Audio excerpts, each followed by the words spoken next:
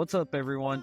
Welcome to Bluegrass State of Mind, the show where three college roommates talk life, sports, and all the ridiculous things that happen in an apartment we like to refer to as Room 302. We're bringing you stories, hot takes, and the kind of late-night debates that probably should have stayed in the group chat. So grab your headphones, sit back, and get ready for a wild ride through our past college life, sports, and everything in between. Let's get into it. This is Bluegrass State of Mind. What's up, guys? Welcome back to another episode of Bluegrass State of Mind. Here we are. It's going to be a fun episode. I hope you all are ready. Going to just lay out the foundation real quick. Tonight, it's going to be about three topics: Kentucky basketball, Kentucky football, and the chaos with Lane Kiffin. And we got a guest coming on later. I'll let Colton introduce him when we get into that. But we're going to kick things off here tonight with UK basketball.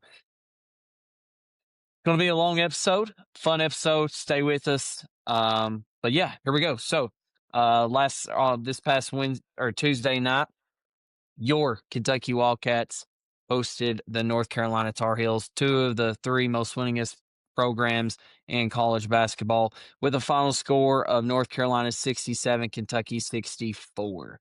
Going through a couple of team stats and individual stats, and then we'll get right into it. North Carolina field goals was 26 for 64 at 40%. Their three-point shooting was 6 for 20. They shot 30%. Total rebounds 41, 20 of which were offensive rebounds. Some highlights or player spotlights for North Carolina is Henry Vesser had 17 points, 10 rebounds. Caleb Wilson, their star freshman, 15 points, 12 rebounds, 6 assists. Luka Bogovac, 12 points. He was 3 from 6 from 3. Now to your Kentucky Wildcats. Field goals, we were 23 for 53 at 43%. Our three-point shooting was atrocious, 1 for 13. That is 7.7%. Total rebounds, we had 38 of those offensively, getting out-rebounded on the offensive boards by 12 with that margin. Otega Oweh, 16 points. Colin Chandler, 12 points. Denzel Aberdeen, 10 points.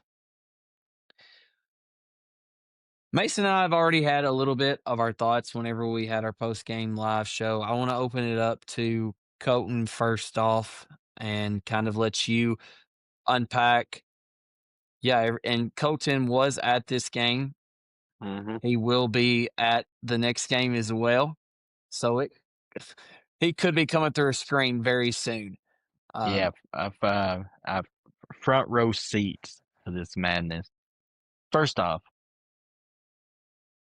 I mean, I can't really explain the disappointment. I can't explain it. How disappointed the crowd was. First off, Rupp Arena was electric for a late game. I mean, there wasn't a seat empty. Everyone standing. I mean, I looked at at one point when it was like midnight and we were up 1 and holding on defense or something like that with 2 or 3 minutes left. And I mean, the entire stadium is going crazy trying to help on the defense possession. And I'm like, man, this is Rupp Arena at its best. And all I kept thinking the entire game is I'm watching two terrible teams, mediocre teams, battle it out. I was like, I kept playing this game of, I can't believe that we're in this game because of how bad we were shooting the ball and some other things. But then I also kept saying, I can't believe we're not up 20. And I mean, it was just such a mixed emotions. And man, I just tell you, it was tough to watch. It just is, because there was just no movement. Everyone's in the crowd screaming, "Where's the offense? Where's the?" You just hearing people start chanting. They were at one point, they're chanting "Fire Pope." They're booing. I mean, it was getting bad, but everyone's recognizing. I don't had really even know how to reports. put it.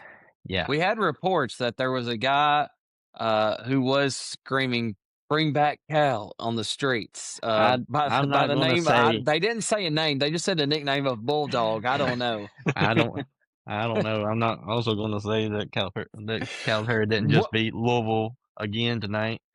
Colton, before you get into your big rant, as you are, I do want to bring something up for you and Mason. Mason, your boy Mark Pope versus Colton, your boy John Calipari, head-to-head. First 41 games comparison real quick. Overall record, Mark Pope 27-14, John Calipari 35-6. Versus Power 5 opponents, Mark Pope 14-14, John Calipari 17-5. On the road at a neutral record, Mark Pope 8-13, John Calipari 14-4. Double-digit losses, Mark Pope 9 of 14 losses, Cal 2 of 6 losses.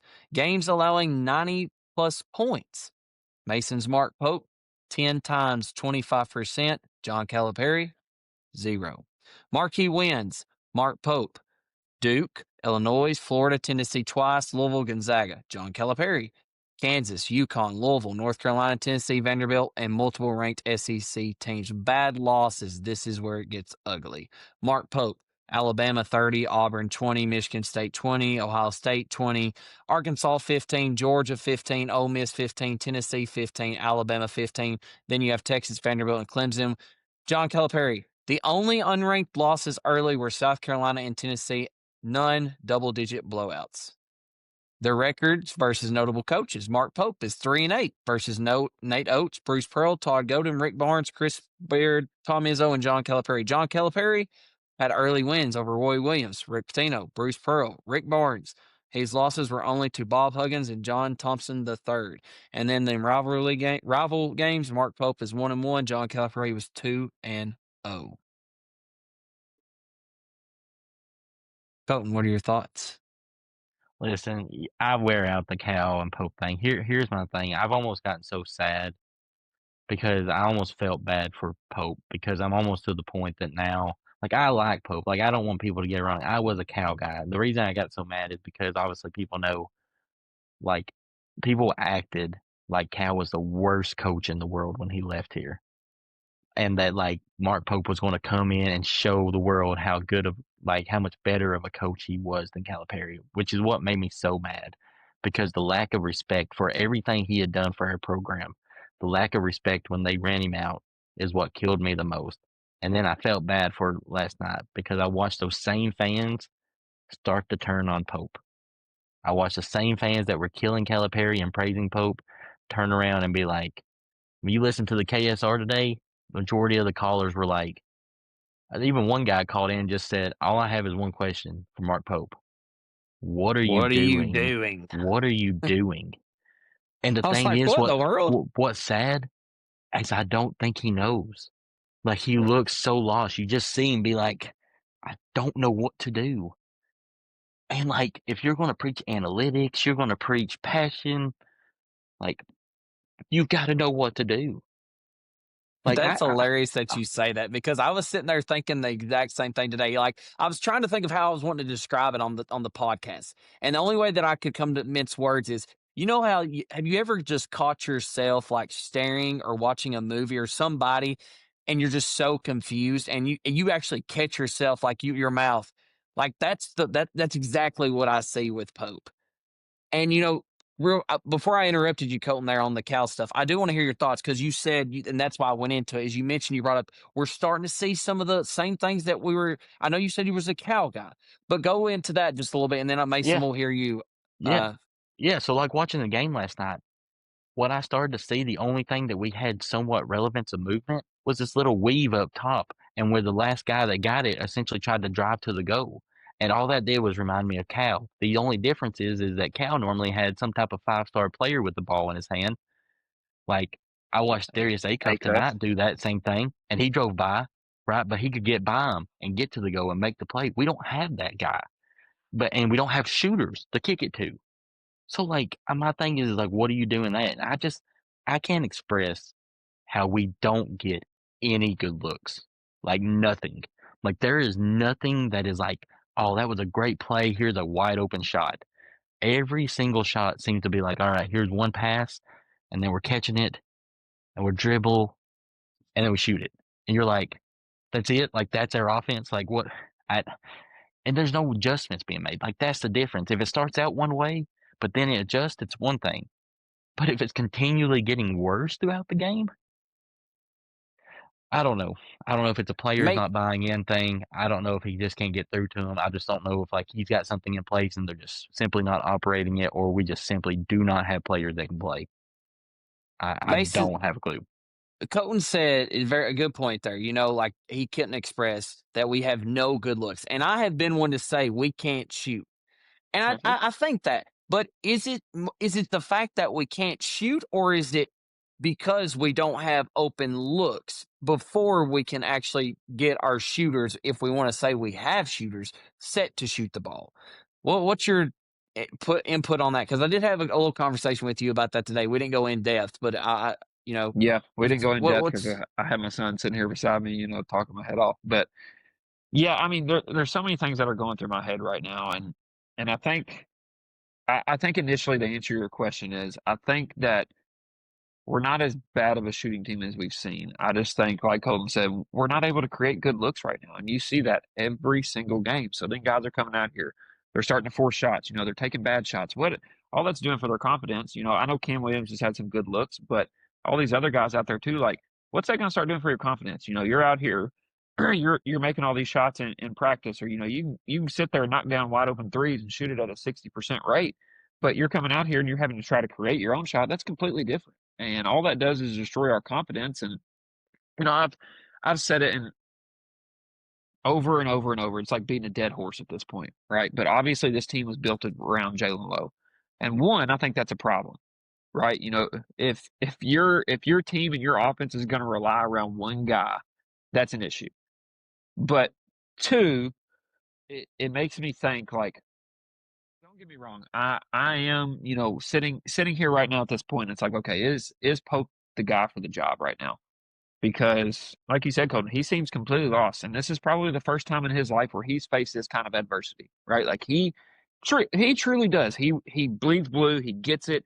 He wants to win just as bad as any of us do. He loves Kentucky basketball just as much as any of us do.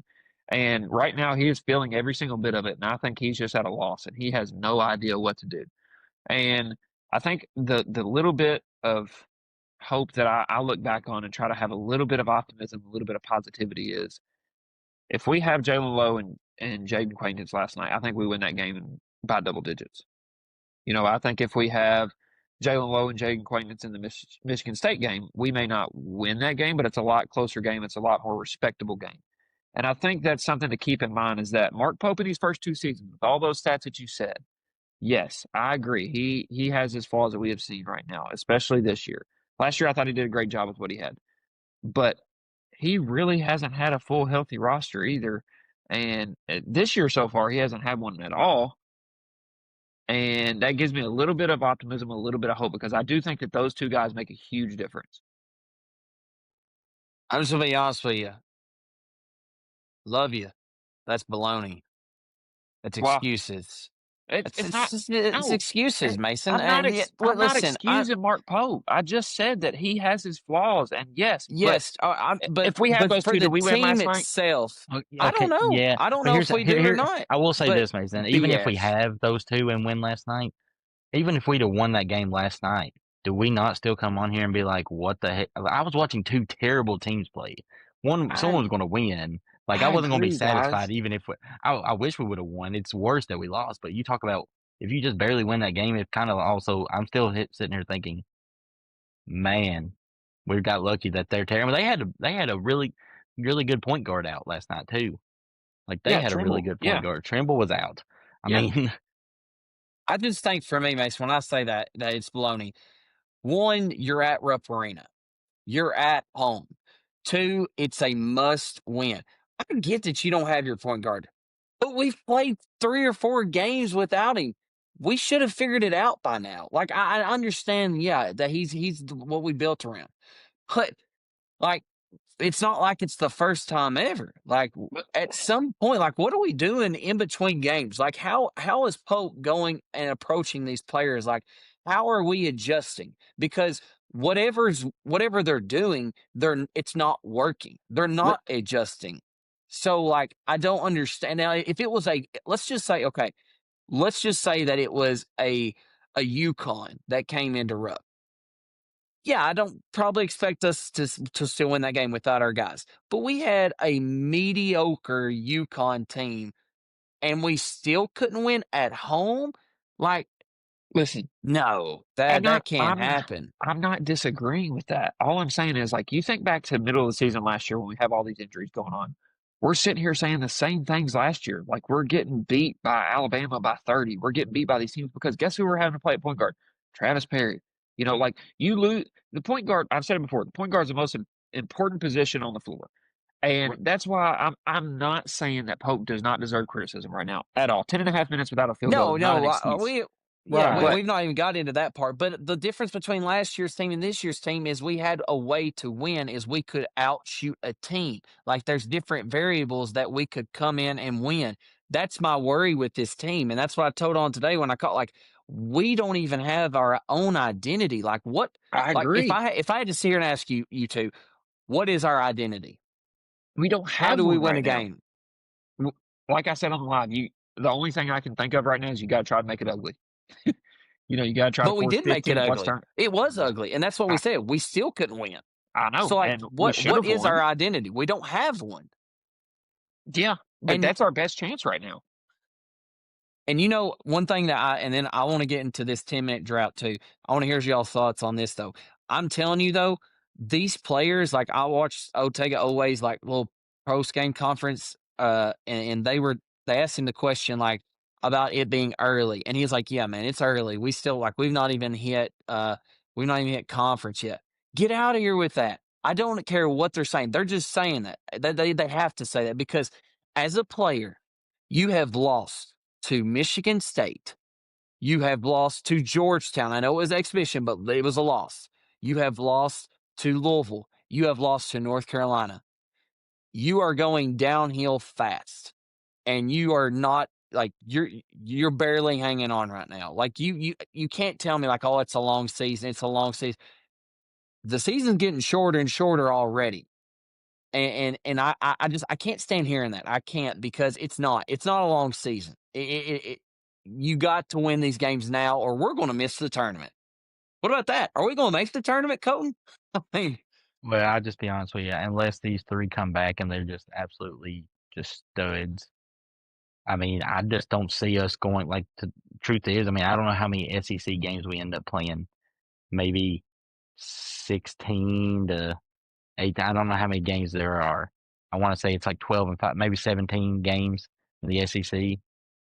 I mean, I don't see this team going better than a 9 and 8, maybe at best 10 and 7.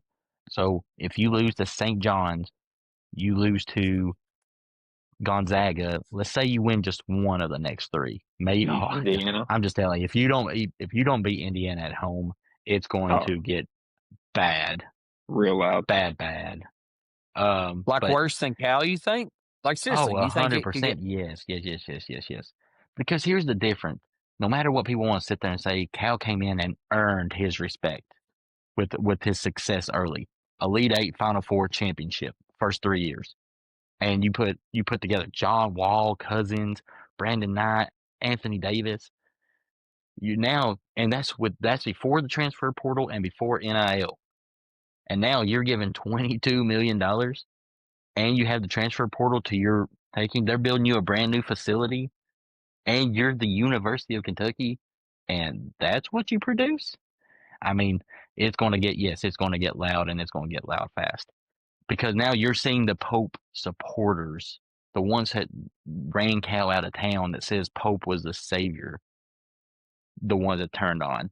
And I've said it from the beginning, I like Pope. I think it's unfair because of the expectations that people crushed Cal on and built Pope up like he was going to be so much better than Cal. And I'm like, hell, he can't meet what Cal done. Who are you? Like, you can't meet it. He cannot meet it. And it's not going good right now. Mason, you take us three. Okay? You take us three and I don't know, Mark Pope himself and some other random guy. I don't care who you. Are we scoring in 10 minutes? Absolutely. Give us 5 possessions. Absolutely. Yeah. I mean, and that's another thing that drives me crazy. Like I'm sitting there in my mind thinking last night, I guarantee you I can call timeout right now and draw up some type of set to get us a good look. Does the ball go in? I don't know. But, I said last night on the live, I was so high on Pope coming in about X's and O's, and being able to draw up something to go get a bucket. And we didn't see that for 10 minutes last night. It's like the same old crap that we've been seeing so far this season. Just dribble around, let's throw it to a big at the top of the key. And we don't have Maury Williams anymore. He can't, Malachi Moreno can't get downhill and create and make a good pass and find somebody open. We can't do that.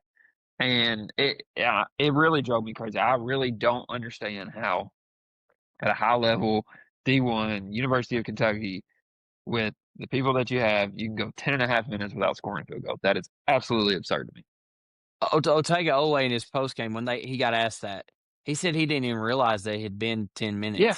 And I'm just saying, like, that's a problem. Like, Yeah. I don't expect you to know the exact number, but that's a problem. problem. At what point are you a leader and I'm like, get me the ball, I'm going to get us a basket? Like, that's another issue we have. We don't have a leader on the floor. We really don't. But that's where I think it goes back, Mason. I think that's why like it ends up falling on Pope. It's like, yes, we can sit there and talk about the injuries and some of these things, but like you went and chose to spread out your roster instead of getting like a Caleb Wilson, right? I agree. You decided to bring in like 2 more extra role players instead of going to put extra money in towards getting a guy like that. And what you found now is you brought in 12 or 13 guys and you ain't got a true backup point guard. Like what? Like what are we doing? Like what? That's what frustrates me. It's not the injuries. It's just like if that's what we have to rely on with 22, like that's like you said, if we're relying on one guy just getting hurt and we're done. Yeah, that's a problem. Last year it's one thing, right? Because you threw it together roster late. Butler got hurt. Yeah. You didn't expect that. Now you actually had a whole season to bring in and you brought in like 12 or 13 guys and you decided to bring in like 5 guys that play the 3 position. But here, I want to say something real quick on that. Like, I feel like Pope has been looking at it a little bit wrong. Like last year, yes, he was limited, right? He had to go out and get some guys quick. But I feel like this year he tried to build a roster where it's like, okay, these guys like Jalen Lowe, for example, he can be here for 2 years.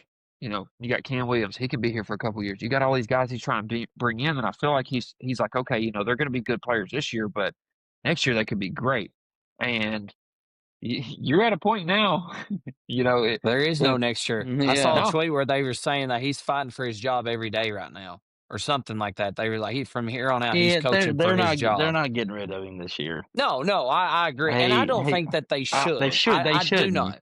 I don't think they will either. But if we miss the tournament, it's going to get really interesting on what happens. What he's done now, though, is instead of being like next year, like if we miss the tournament, like next year, Sweet 16 isn't good enough.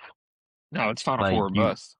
Yes, like what he's done now is it's either an amazing year next year, or you're done. Like that's it.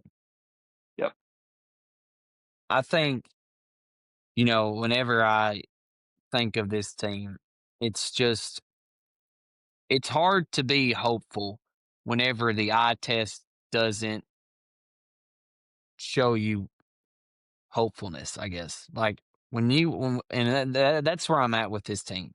When I turn on the TV and I watch them, at no point do I expect or think that's a team that can make a deep run. That, like, I see it. Like they just are missing. Like, I don't see it at all. It's nowhere close. Like when I turned on Louisville and Arkansas tonight, I could see either one of those teams like figuring things out. Like when I watched Duke and Florida last night, I could see those 2 teams figure it out. Like they have everything. They have the guard play. They have the bigs. They have everything you want and need. And you're like, okay, that's a team that, like, if you lose, it's early, guys. It's okay. We are seeing a lot of good things. We stink. We do. Yeah. And I think it's a hard spot because as a Kentucky fan, you never want to be comfortable and okay with, okay, we stink. Let's just, it is what it is. Like, those are not words that we want to mutter and even think about. And then it's like, okay, well, let's have a little bit of, but like, how do you have that optimism with this team when there's nothing that you're seeing with the eye test, what I keep referring to, that's showing you like, okay, there's a little spark. Like I just want to see something. I want to see a little spark, and we've not seen it yet. That's my final thing on that. Like it's awful to say. One more thing, and then or go ahead, Mason. I just want to ask y'all one thing, and I brought it up briefly like towards the end of the live last night. And like I said, this is kind of my little bit of optimism, a little bit of bright spot that I'm holding on to right now. Colton, me and Dylan talked about it a little bit last night, so I'm going to throw it to you first. Do you think this kind of forces Pope's hand a little bit to bring back JQ and Jalen Lowe a little bit earlier, maybe? And try to bring them back in and maybe turn this season around? Oh, 100%. Well, at this point, I think you have to, whatever you do, you have to have them ready for conference play, right? Whether you get them these next 3 big games, you're not probably getting them back, which stinks, but you got to have them ready for conference play, because at the end of the day, yes, if you lose these, you're going to play Florida twice. I think you're going to play Tennessee twice. You're going to play these teams and have a lot of ranked matchups. That if you can find a way to pull out like an 11-6 or a 12-5 SEC record, that means you beat really good teams.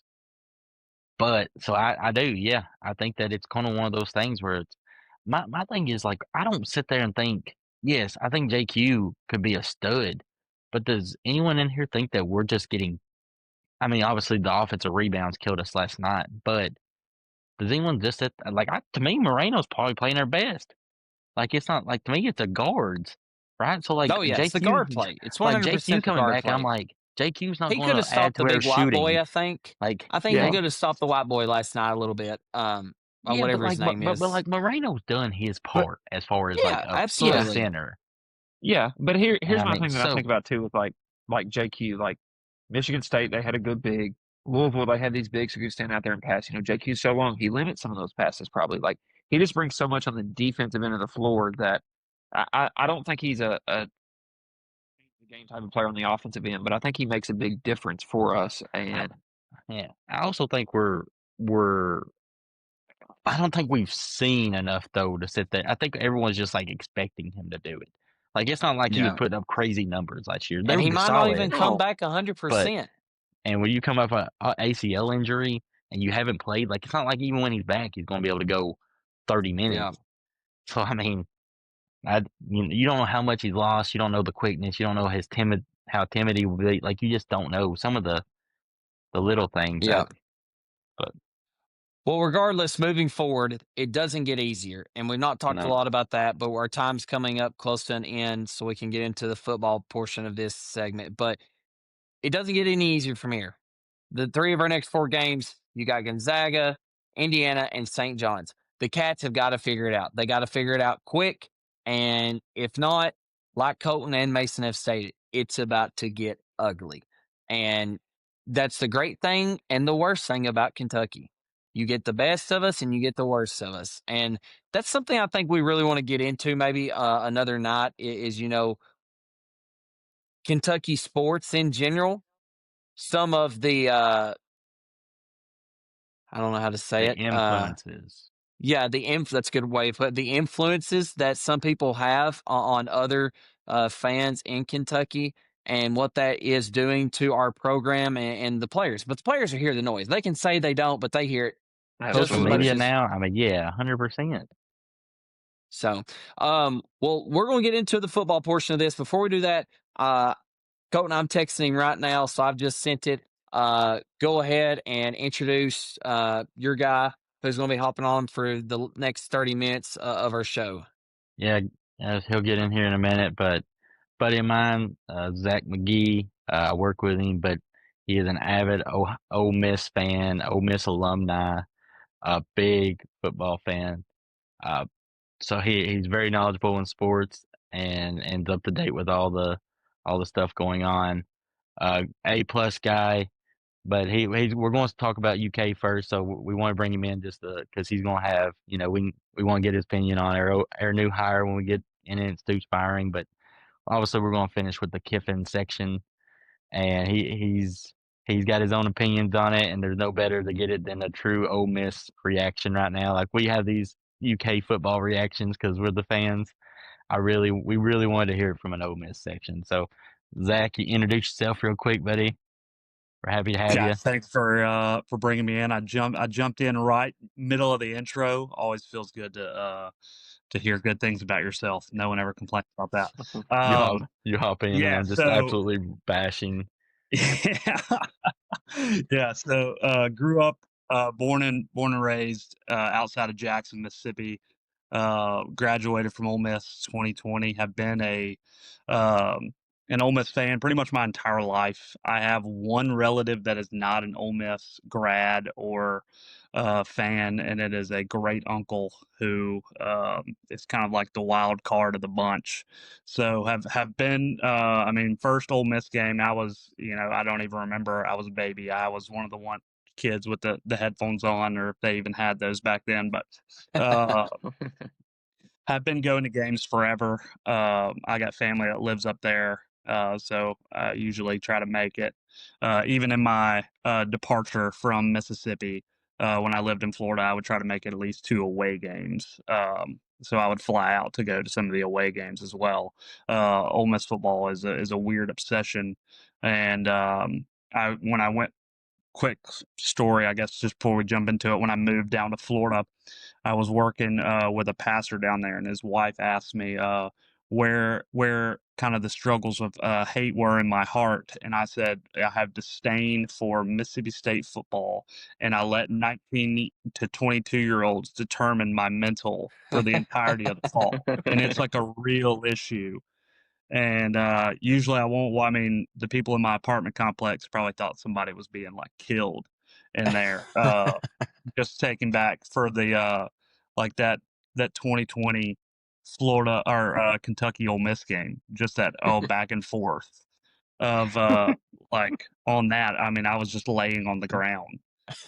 So Hey man, I love it. I mean, you support your own. We're the same way with Kentucky sports. But yeah, let's get right into some Kentucky talk, and then we'll get into the Ole Miss Lane Kiffin dog drama. But with UK, real quick, want to give a shout out to Mark Stoops. We've talked about him all season long. What he done for Kentucky football. He brought us to heights we never thought we could possibly get to. 2 win seasons. I mean, and I think he brought Kentucky football back together. Like he brought, the fan base, the donors, like everybody that was a part of Kentucky football. He brought it back together. But as one chapter closes, a new one opens, and now we have began the Will Stein era. Will Stein is a Kentucky native himself. He is from Louisville, Kentucky, played high school ball at Trinity High School, where he won 3 state championships. He ended up going to the University of Louisville, where he played from 2008 to 2012.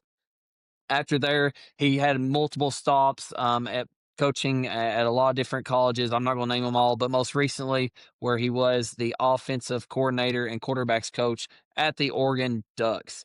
Fellas, initial thoughts. I mean, let me just say this, for it to be this late in the game, what do you all grade this hire as? Yeah. Colton, we'll start with you.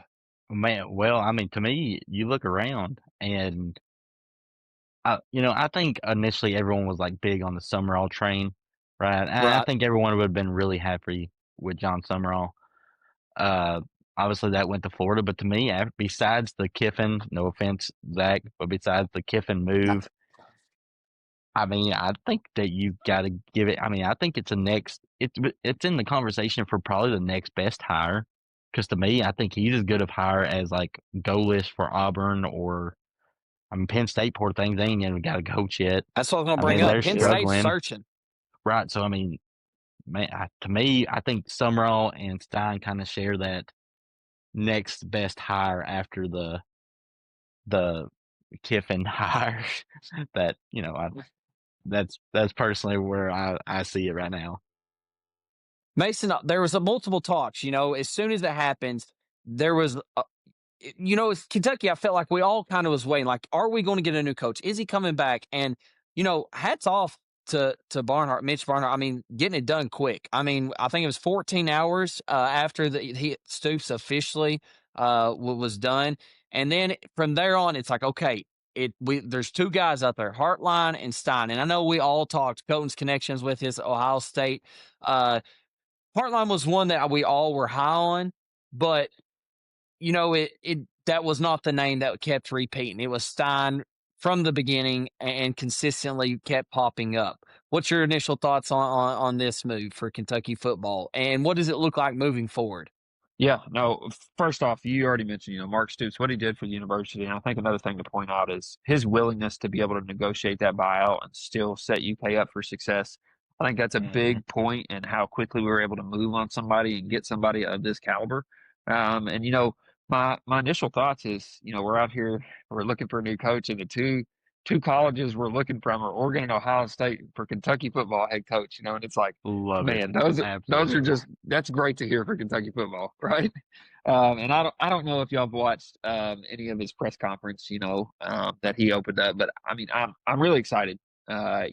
Seems like he's a great offensive mind. He talked a lot about wanting to Feed the studs, baby. feed the studs. That's right, feed the studs. He talked a lot about wanting to play an exciting brand of football, and we've talked about it on here before, right? Like we just we don't have the expectation like we do in basketball, right? We're not here, maybe he can change that, but we're not wanting to go win a national championship every year, right? We just want games to be Give us exciting, have a give us chance a to top win. 25 team.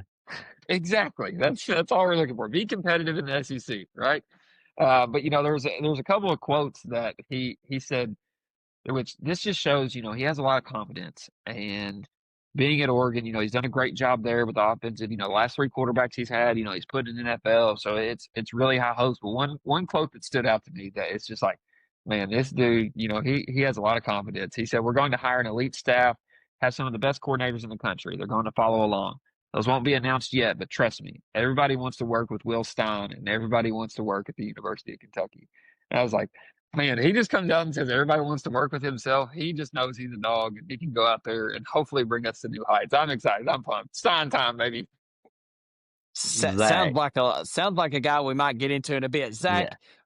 would you agree? And you may totally disagree with this. Would you agree that Lane Kiffin's philosophy offense is up pace, spread the field, kind of fast pace? Would you agree with that? Like, Yeah, I mean it's the okay, same. Yeah, spread offense. That right. same tree of that same kind of style. It's a little different than what that Oregon runs.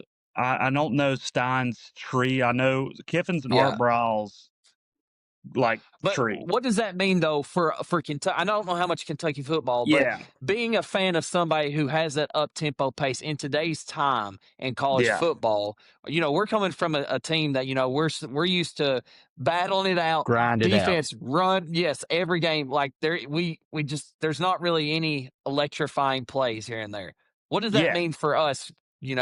Coming from somebody who has experienced that. Yeah, I think you hit the nail on the head. Electrifying like plays, like that's something when you think about like, and same kind of deal, like you kind of said, Mark Stoops kind of had his own thing. The guy was probably one of the last people running old school football, and it's always it's cool to watch from an outsider's perspective.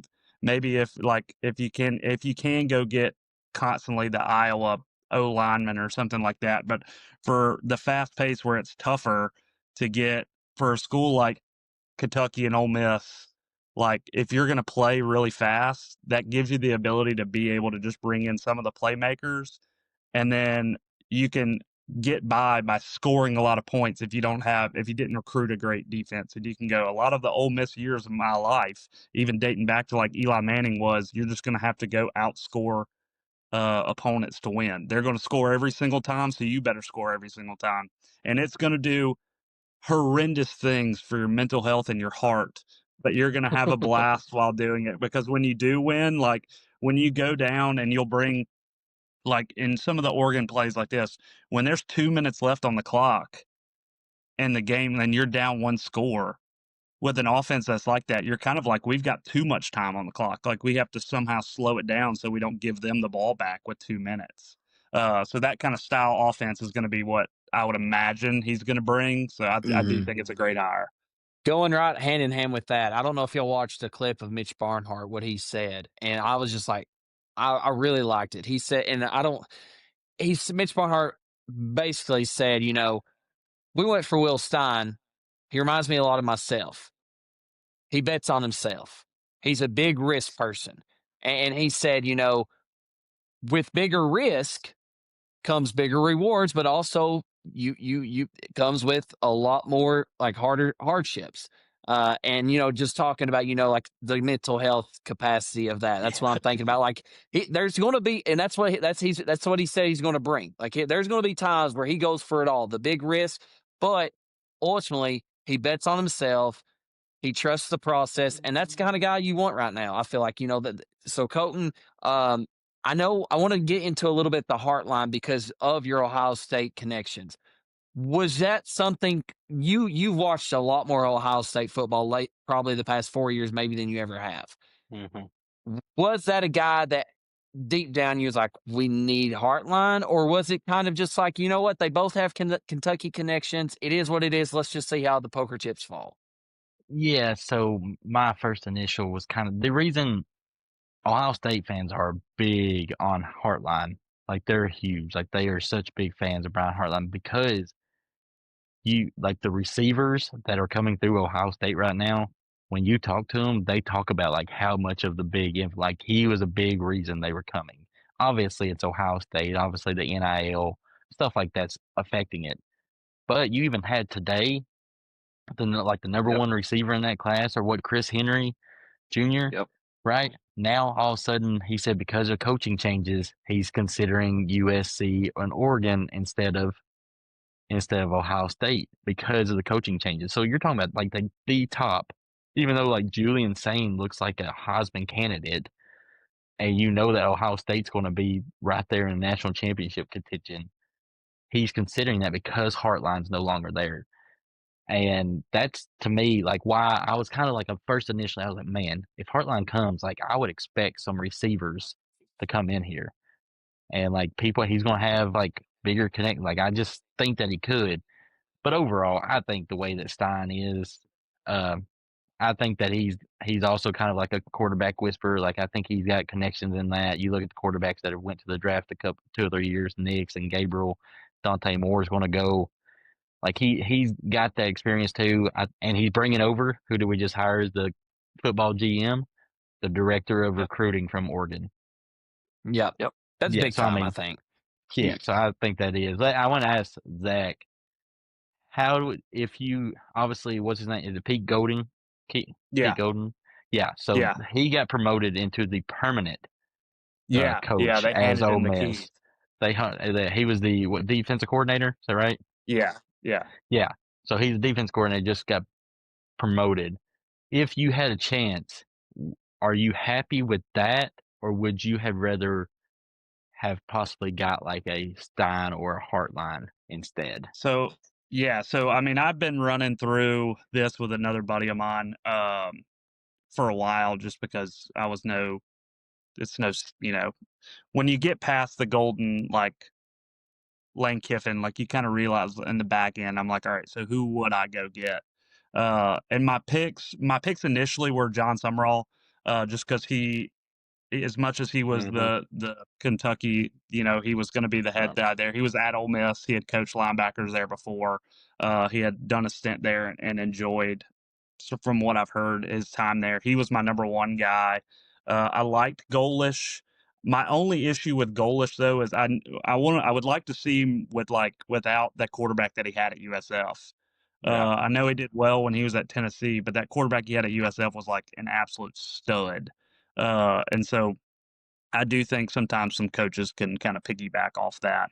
And then I was leaning into Pete Golding because I like Golding. I mean, obviously you want to make a splash hire, and like a Will Stein or a Brian Hartline, you're going to get these, or like an LSU.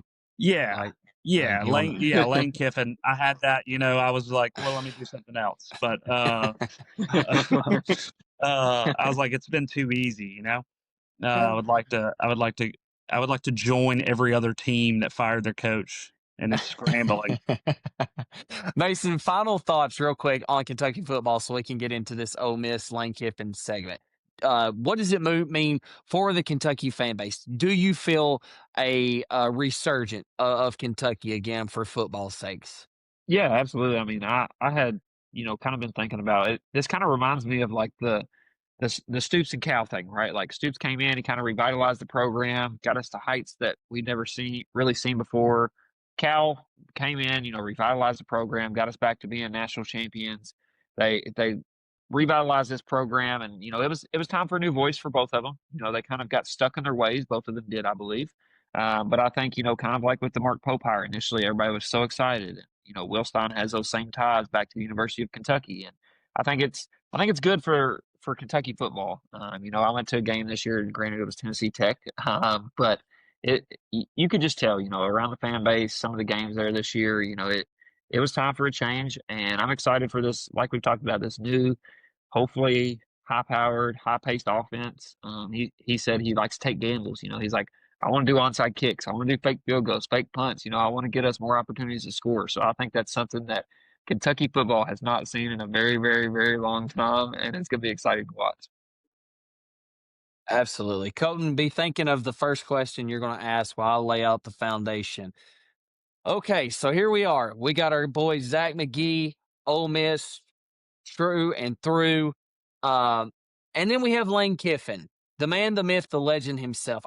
There's a million different directions we can go down this road. We can talk about multiple things about you have an Ole Miss team who's 11-1, who's going to make the college football playoff without the head coach. The guy is all over social media. The man himself has been everywhere, scumbling against teams. He's going to LSU, but really what it comes down to is you have Lane Kiffin, who has just signed a new deal, 7 years, $91 million, averaging $13 million, making him one of the highest paid coaches in college football. As mentioned, he will not be coaching Zach's Ole Miss Rebels, who have went 11-1. And this was on Ole Miss requested to do this because, I think Lane Kiffin, he did request to stay and coach. Colton, what's your first question for our man? Let's open it up. Let's have fun. Go ahead. Yeah. Let's bring it to the All right. podium. All right, Zach. So, all right, let's put it all aside. All right. Yeah. Let's put it all his past aside. Okay. Because I know that's big influence on this. The choice itself. If you're he's just a normal coach. It's not, he doesn't have the background he had coming into Ole Miss. Yeah. He just had the success that he's had there, and he's a guy that just got offered to go to the LSU Tigers. Yeah. Did he, should he have, is it more of an NCAA problem, or did he just, make the wrong decision and screw the team? I think both. I mean, I'm not blind to the fact that LSU is LSU. I mean, it's an Ole Miss rival forever. Just think of the two guys that won national championships there, in the past. You've got Ed Orgeron and you've got Les Miles. Not the brightest bulbs in the bunch with national championship rings. So it's the only school in the state. There's unlimited recruiting because of the name on the side of the helmet. The NCAA thing for sure, but to say that it's also not a Kiffin thing is insane because he's it's the whole I'm going to do something I can't do that's happening right in front of me, but I'm closing my eyes and I'm flying everywhere else to go try to do it somewhere else. That's the kind of thing where it's it does raise the NCAA issue where it's it does need to be ran like the NFL. This shouldn't happen. Unfortunately, it just took my team happening to, when it's happened to plenty of other people before, for them to go, yeah, this is kind of an issue. Mason, be thinking of a question. I got one for you, Zach. So, yeah, Lane Kiffin, man, I love it. He is the epitome of owning himself, and he just he is all in and does not care to play the villain role. And if you're going to be a villain, you got to own it.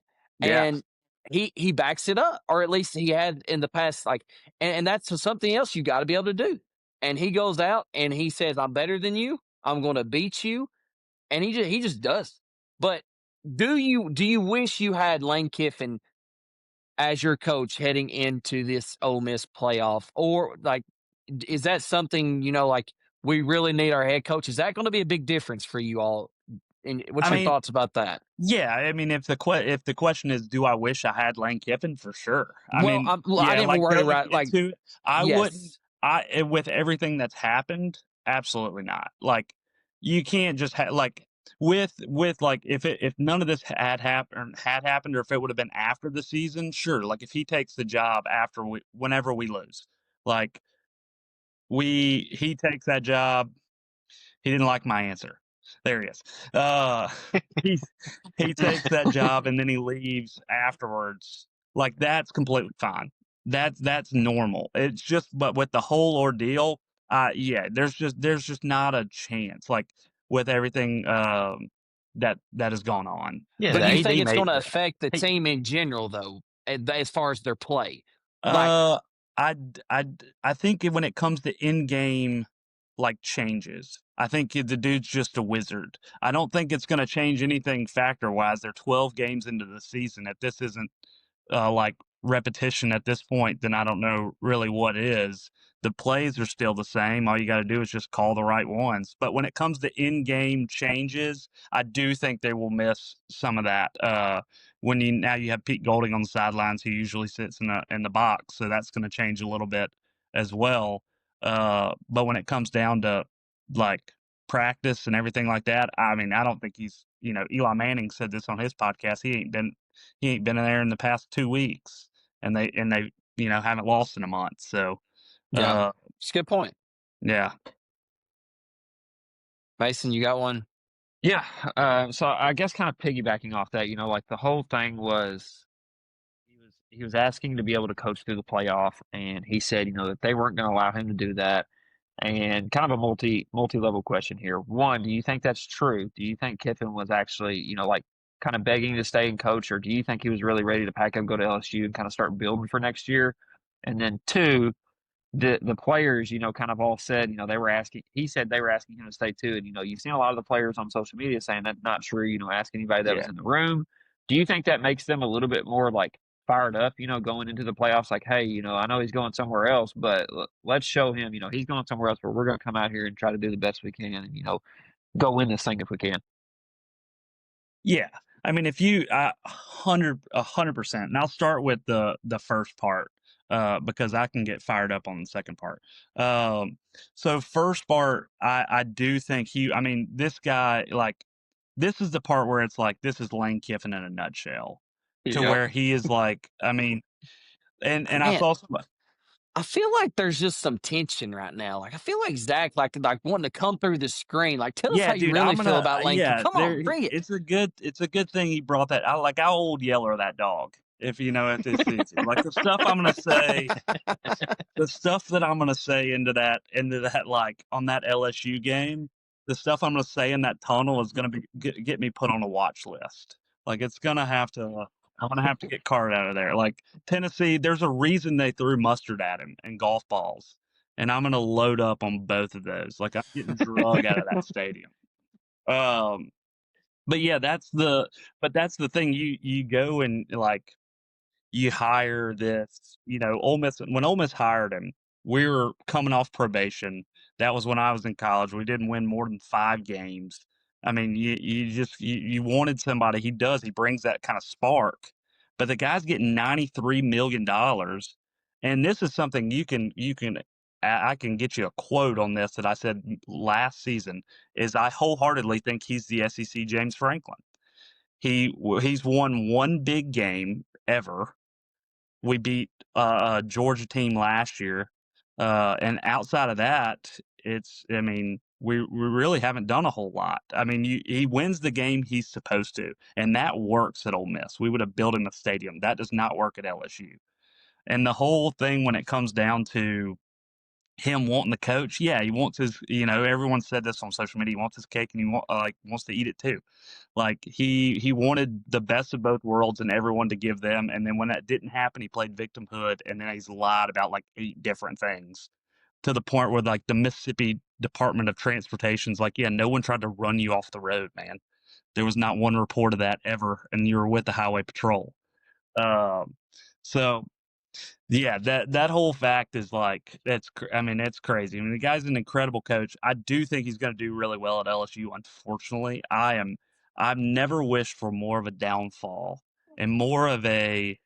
I've never wanted to be near a Baton Rouge. I mean, maybe like in a few years, if things start to go, I may just go hang out by the tarmacs just so I can experience and hope that there's another USC tarmac experience, and that just all comes crashing down. I've never wanted that more, and that's tough to say. You don't want to be, but I'm a hater deep down in heart.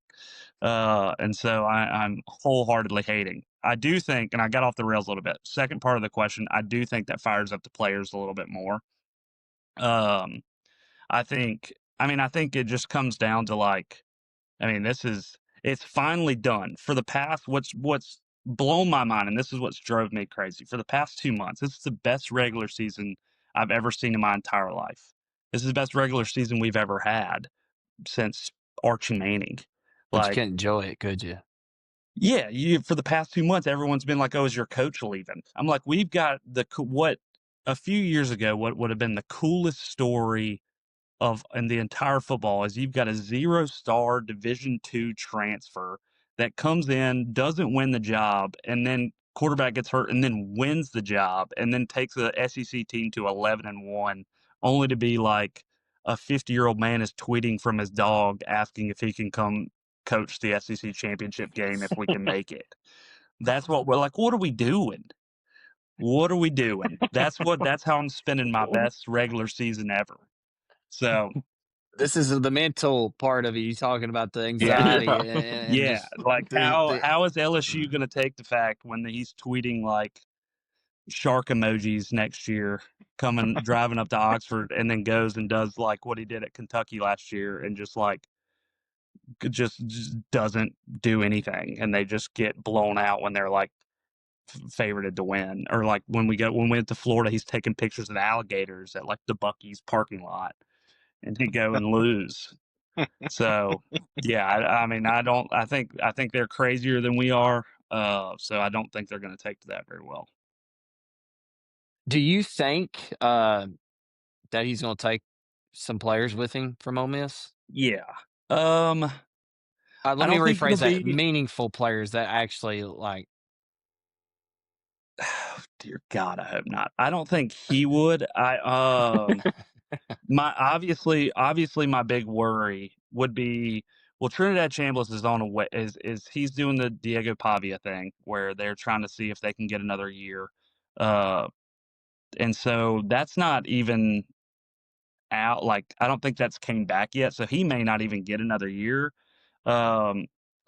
And it depends on which coaches go. I know Charlie Weiss, who's the OC, is coming back to coach. He's on terms with LSU, which is, I guess is like Kiffin said he allowed him. And I'm like, geez, brother, get off his leash. Like, do something for your grown man. This dude's allowing you to come coach.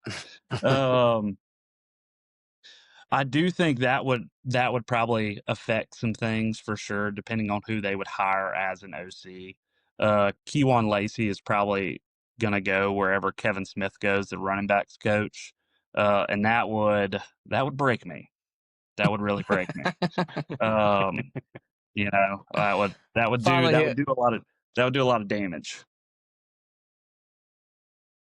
But yeah, recruits wise, I think I think we lost like pretty much a ton of the offensive recruits, but that's typical when a coach leaves. Like, and then all the defensive sides, because we kept all that staff, they all stayed. But you're going to lose that, so we got to be really portal heavy, which I'm really hoping the boosters are more pissed off than I am, so they can write checks, because I can't do that. Yeah, Colt Mason. Any other questions? No, I don't think so. I mean. Go ahead. So I think my last would be I guess what do you see like next year's team being like? What do you like? What do you feel like the future is for the next 2 or 3 years? Yeah. Like, do you think I'm it's like glad you asked that. a downfall, or do you think like they give Golden one, they give him 1 year to see if he's like is the guy, then they go Yeah. for, like what would it take for him to stay in that position What's a compared to like successful going for a season? new coaching search? Yeah. Yeah, I'm glad you asked that because I've seen a ton and I'm not blind to the fact. And maybe this is just more that I can't get like LSU, Ole Miss, or Mississippi State fans like off my Twitter. That's my main Twitter feed, and maybe we're all just a little like swamp water is getting to our brains. But like the everyone that's like, oh, this is what happened with like he's not going to be Kirby Smart. Kirby Smart is 1 in a million. So I would love for people to stop tweeting that because he's not going to be Kirby Smart. But it happened the same thing at Mississippi State is when Mike Leach died, they hired their defense coordinator and he was terrible. I do think he's going to do a little bit better than Zach Arnett was at Mississippi State. I think we just have a better team going forward. My goal. I mean, at Ole Miss, if you win 9, 10 games a year, they're gonna name the stadium after you. That's just always been the case, and there is a little bit of a new, like, I mean, Kiffin talked about all the blue blood stuff, but the top 2 recruits in the nation are committed to Vanderbilt and Houston. So this blue blood stuff is slowly dying. That makes schools that are hiring like for big offensives like Will Stein at Kentucky and Ole Miss that usually would be pumped to go 9-3, We're relevant. 10-2. Yeah. Yeah. Where there's that opportunity to actually go for a run in the playoffs. Now, unfortunately, me and Colton have talked about this. I don't think anybody's going to beat Ohio State, and that is so unfortunate. But if we can win 1-2, if Pete Golding takes us and we go and win the first 2 games, and then he goes into the offseason and then can somewhat do that and bring up a staff, be heavy in the portal and do that, I think the guy's good enough of it. I mean, he's a good ball coach to where he could be really successful. I mean, I'll take get the hot yoga Southern California guy off my screen and bring me the Hammond, Louisiana guy that played football at Delta State University. Give me that guy all day long. I'll put my head through a glass for him if I need to. Yeah, Love it. baby. That's a good way to end it right there. Yeah. Well, hey, Zach, we appreciate you coming on Yeah, man. and giving us some insight into what it's like to be a rebel through and through. Yeah. I wouldn't suggest it. Yeah, well, we wouldn't suggest being I feel for you right Kentucky now. basketball Kentucky for fan. sure. Yeah, Kentucky basketball, it's just as bad. I mean, it just drives us crazy. But we appreciate you all listening in. Big game tonight. We will be playing Gonzaga. We need a big dub for Kentucky basketball. And yeah, thanks for listening. As always, go Cats. Or Rebel, whatever you want to say, Hotty, Zach. Yeah, hotty toddy. Go Cats. That's a wrap for this episode of Bluegrass State of Mind. If you enjoyed the show, make sure to hit that like button and subscribe so you never miss an episode. Also, be on the lookout for our social media pages and be sure to follow them. We've got plenty more stories, insights, and conversations coming your way. And if you really loved it, make sure to share it with a friend. From the hills to the hollers, thanks for tuning in. Until next time, keep that Kentucky spirit strong.